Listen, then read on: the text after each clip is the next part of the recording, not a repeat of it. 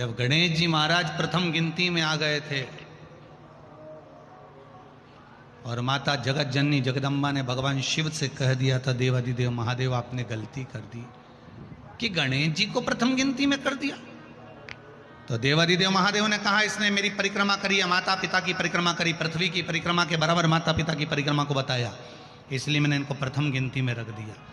तब माता पार्वती जी बोली, गणेश जी चूहे पर गए थे, कार्तिकेय मोर पर गया था, गणेश जी ने चतुरता करी, अपने माता पिता की परिक्रमा कर ली, और एक बेटा जो मोर पर बैठकर परिक्रमा करने गया है वो आएगा तो दुखी होगा, आपने तो ये गलती करी। तो देवाधिदेव महादेव ने कहा फिर करें क्या।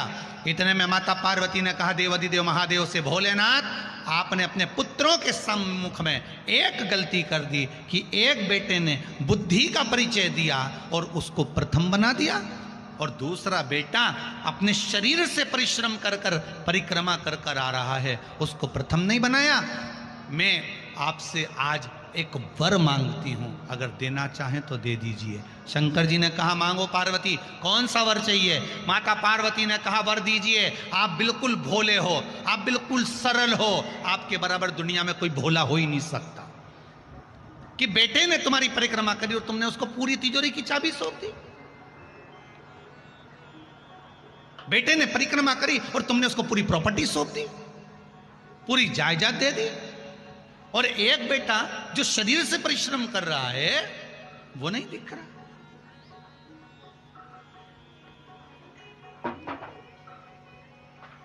दो बेटे, एक फोन पे लगा रहे हैं, सारा व्यापार फोन पे, हाँ माल भेज देना, हाँ ऐसा कर लेना, ऑफिस में बैठा बैठा लिखा पढ़ी करता रहे, ऑफिस में बैठा बैठा काम करता रहे, और एक बेटा इंदौर जा रहा है, पुणे जा रहा है, मुंबई जा रहा है, यहाँ जा रहा, वहाँ जा रहा, वहाँ पहुँच रहा, वहाँ कर रहा। माता पिता की निगाह में कौन सा बेटा ज़्यादा काम करता दिखेगा। बोल दो रिजी जी, अरे बोलो बोलो, तुम तो बोले पीछे बैठो तो निमाड़ी हो, यहाँ तो मिर्ची के लिए बोल दिए तो फिर बोलवा में कहीं जाए।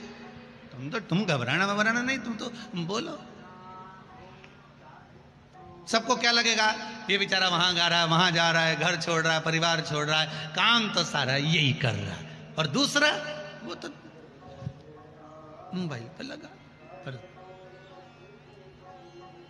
एक अगर मोबाइल पर लगा हुआ है, बैठ कर ऑफिस संभाल रहा है, वो भी अपना बुद्धि का परिश्रम कर रहा है, तो दूसरा भी चल फिर कर परिश्रम कर रहा है। परिश्रम में दोनों कम नहीं है, ये माँ जानती है। इसलिए माता पार्वती ने कहा कि वो शरीर का परिश्रम कर कर आया और इसने बुद्धि का परिश्रम करा, तुमने प्रथम स्थान दे दिया। माता पार्वती जी कहती हैं भोलेनाथ एक वर दे दीजिए। शंकर जी ने कहा मांगो क्या चाहिए, बस वर इतना सा दे दीजिए, आज के बाद कभी तुम्हारी परिक्रमा नहीं हो, आज के बाद तुम्हारी कभी पूर्ण परिक्रमा नहीं हो।